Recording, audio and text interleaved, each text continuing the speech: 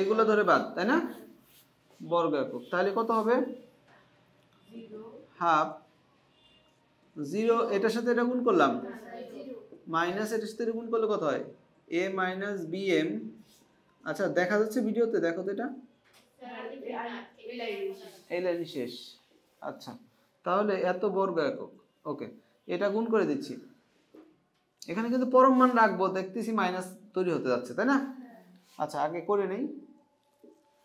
তাহলে এখানে কত হবে না, মাইনাস, আর দেওয়ার দরকার নেই, মাইনাস এবি পরম মান দিয়ে দিছি যে AB minus M A square, A দ্বারা দুজনকে গুণ করে দিলাম।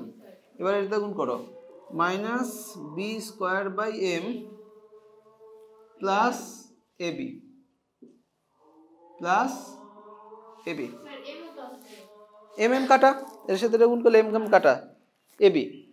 তাহলে এখানে কত হচ্ছে? হাফ